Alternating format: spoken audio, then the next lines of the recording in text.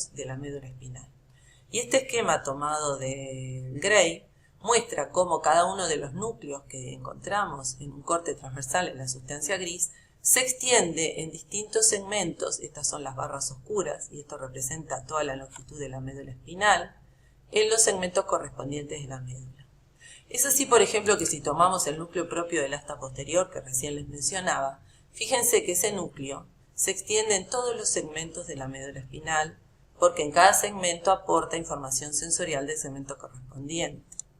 En cambio, si tomamos en cuenta, por ejemplo, los núcleos motores de la lámina 9, fíjense que solo aparecen enfrentados en los engrosamientos cervical y lumbar de la médula espinal.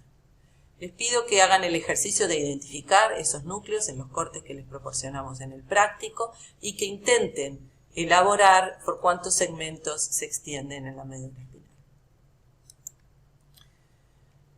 Quería llamarles un poco la atención de las interneuronas. La médula espinal no es solo un órgano de pasaje, sino que también hay una serie de circuitos locales y eso habla de la participación de interneuronas. Por ejemplo, en el asta posterior, y esto quiero representar la lámina 2 o sustancia gelatinosa de Rolando, allí aparecen, acá está representada una sola en verde, pero hay un montón de neuronas pequeñitas que son fácilmente identificables en los preparados y que modulan la actividad de las neuronas que están residentes en el asta dorsal.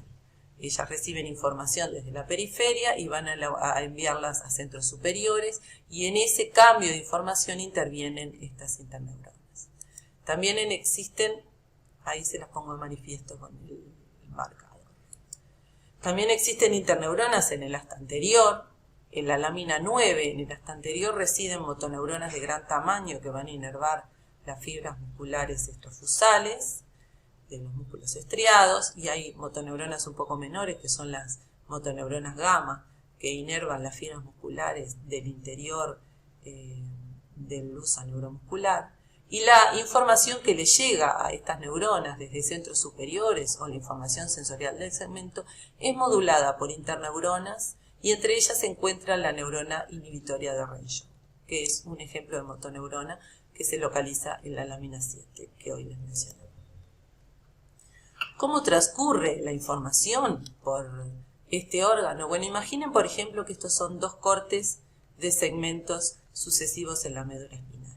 Y de acuerdo a la información que portan, el trayecto va a ser diferente. Les invito a repasar las vías de información en la médula espinal.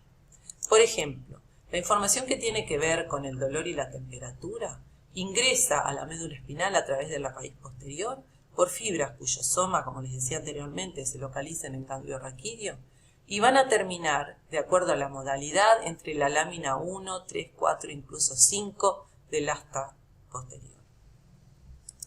La información que tiene que ver con la propiocepción inconsciente también viene de fibras cuyo soma se localiza en la raíz posterior y van a terminar más profundamente en el asta dorsal, concretamente en el núcleo de Clark que les mencionaba anteriormente.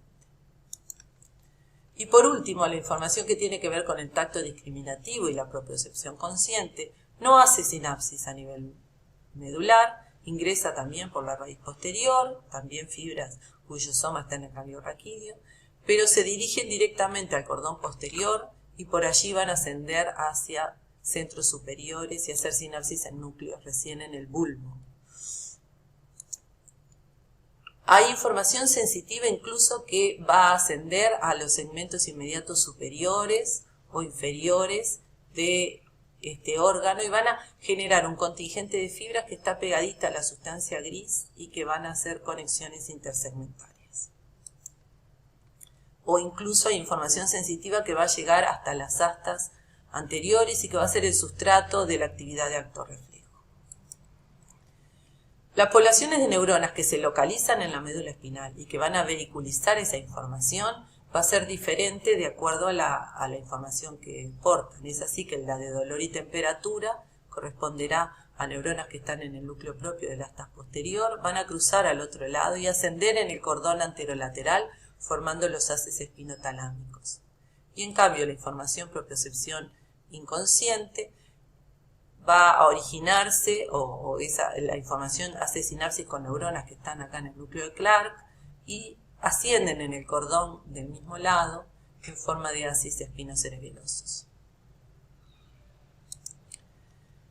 Estos van a corresponder los tractos ascendentes sensitivos que transcurren por la sustancia blanca medular.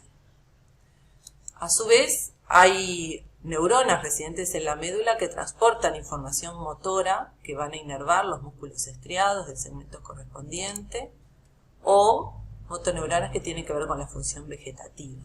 Esas neuronas reciben información de centros superiores a través de los haces córtico-espinales y que van a constituir los tractos descendentes motores. De tal forma que la sustancia blanca va a quedar organizada por fibras, ¿no? Nosotros cuando la miramos vemos fibras cortadas transversalmente en su mayoría, pero no identificamos a qué corresponden. Pero sí la podemos topografiar conociendo el trayecto de las vías en la médula espinal. Es así que hay un contingente de fibras que está en la inmediata cercanía de la sustancia gris que van a constituir fibras intersegmentarias de comunicación entre los distintos segmentos. Hay información que viene desde centros superiores y van a constituir los tractos descendentes, fibras motoras, constituyendo los haces córtico-espinales. Y por último hay tractos ascendentes que tienen que ver con fibras sensitivas y que van a constituir los haces espinocerebelosos en la superficie del cordón anterolateral, posterior y anterior, o los haces espinotalámicos, o de Golgi-Burdach en el cordón posterior. Bueno, espero que esta información les haya sido útil para comprender la organización de la médula espinal.